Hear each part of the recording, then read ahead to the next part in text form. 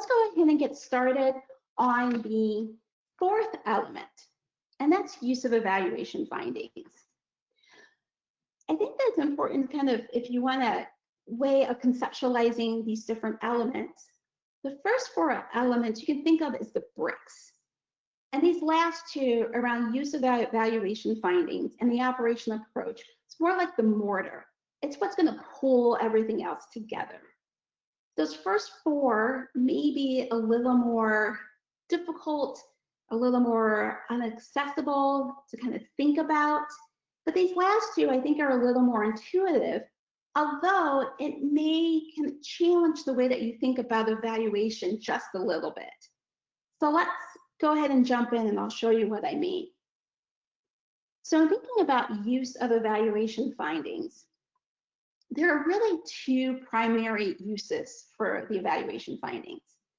They're either going to be related to proving or related to improving. Proving is focused in on accountability. It's focused on did you do what you say you were going to do? Did you retain the students that you said you were going to retain? Did you graduate the number of students that you said you were going to graduate? Improving is much more focused in on the continuous improvement process.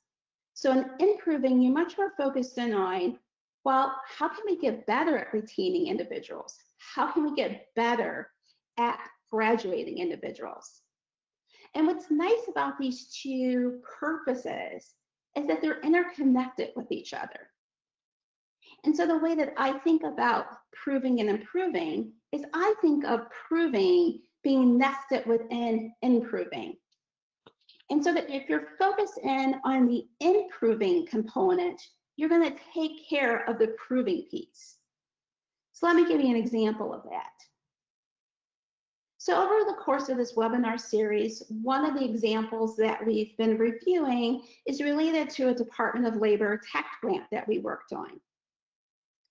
And in this grant, the purpose was to be able to recruit individuals who would need additional certifications, and particularly in mechatronics as a mechatronics technician. And one of the goals, of course, was to actually give people credentials. They needed to be retained and they needed to actually complete the program so they could earn their credentials. So early on within the project, we were gathering a lot of different information, but one of the things that we started to look at was actual retention data. To what extent were people being retained and completing the project?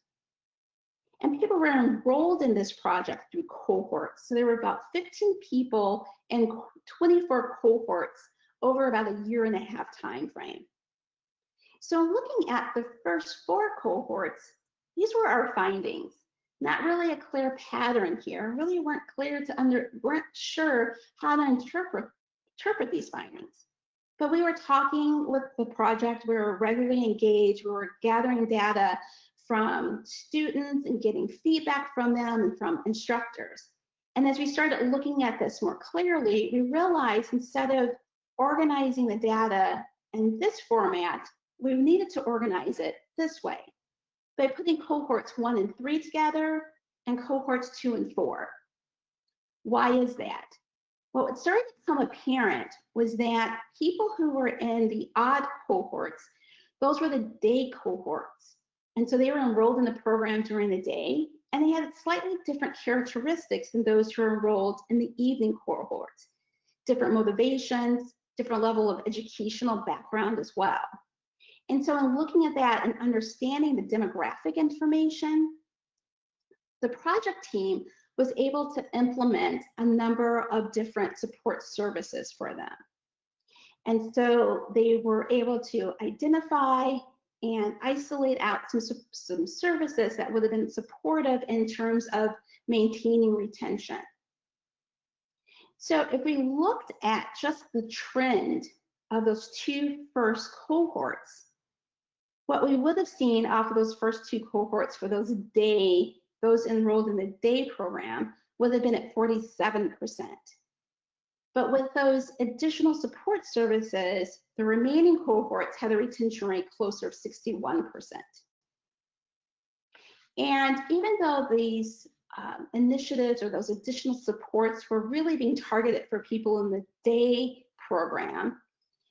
They also were implemented for the evening. And there too, we saw an increase from 71% for those first two cohorts to 79%.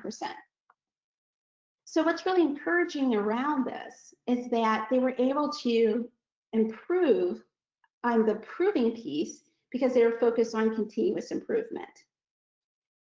So what does that look like in practice in terms of what you're actually supposed to look like in terms of interacting with an evaluator or with the evaluation? So if you think about the life cycle of a project, there's all these moments where there are decision points that are occurring.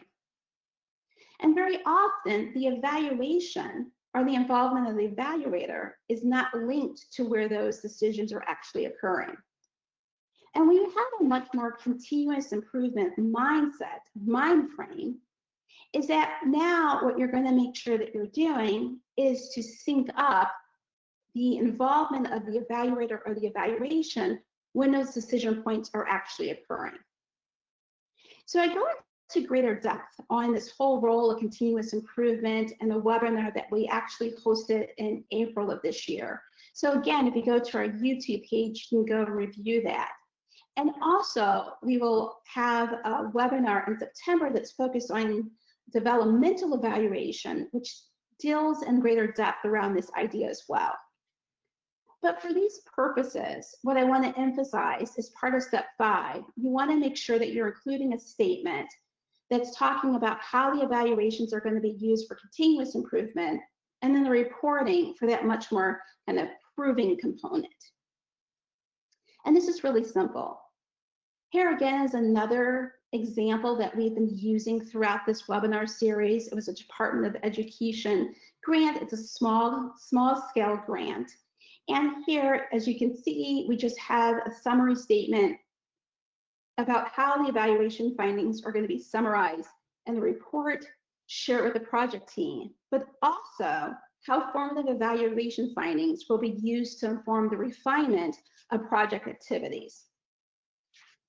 In a similar vein, here's another example that we've been using throughout the webinar series. This was another Department of Education grant, and it's a moderate scale. And again, what you'll see is a sentence, statements around the reporting and continuous improvement purposes for the evaluation findings, and that the external evaluator will be working with the project team for recommendations for project modifications throughout the project's life cycle. So take-home lesson here is just summarize how evaluation findings will be used for continuous improvement and reporting purposes. Very simple sentences or statements that need to be included. So let me pause there and see if there are any questions. Hi, Lana. We do have a question. Where does the information regarding the use of evaluation findings in the evaluation plan go? Okay, good question. So it really depends a little bit on the grant and what you're saying with the other data gathering processes. Generally, it's not at the very beginning. Sometimes I will include it after I've talked about the data gathering process. I will talk about the use and how that information will be used. And then sometimes I may just incorporate it towards the end when talking about the operational approach. So I think part of the decision is the length of the evaluation plan. If it's a little shorter and there's less information in the data gathering process, I will include it there so it won't get lost. But if there's more detail in data gathering, then I may put that in the operational approach. There's some flexibility, but it depends slightly on the context of that particular proposal. So, good question.